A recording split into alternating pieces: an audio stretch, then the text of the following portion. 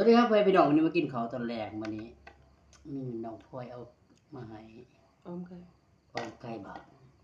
แซ่บขอบคุณครับคนที่เอามาให้กับหยาบอาหารหอมใส่บัวคนได้ประทันระเบิงคนได้ประทันได้ติดตามผักติดใจผักคนติดตามด้วยน้อยแล้วคนได้เป็นแรงวันใจใช้กัน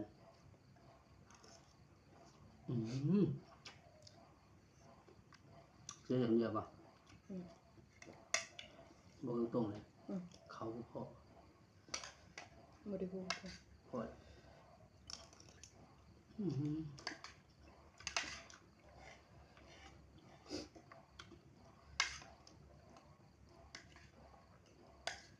จะเบื่อกินอะไรเลยกินแบบนี้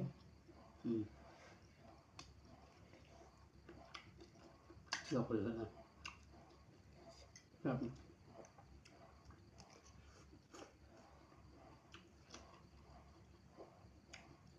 ผมเราปัจจุบันเขาสวยเข้าไปมันได้เป็นแล้ว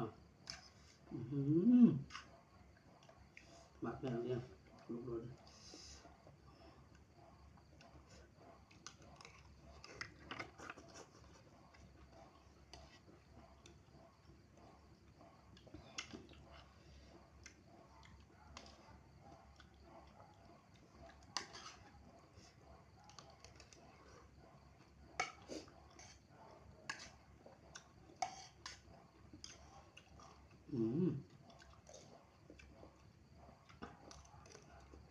แบบง่ายอยู่ของเราอ่ะนั่นนะ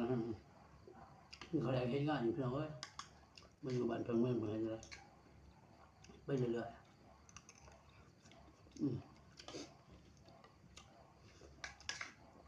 ๆแล้วจะกองเลยเนาะ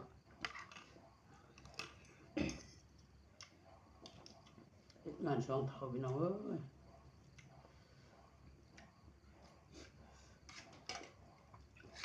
ผู้ใดเช็ดมาทำฮัลโหลฮัตตาบ่มีเด้อบอกอยู่สองคน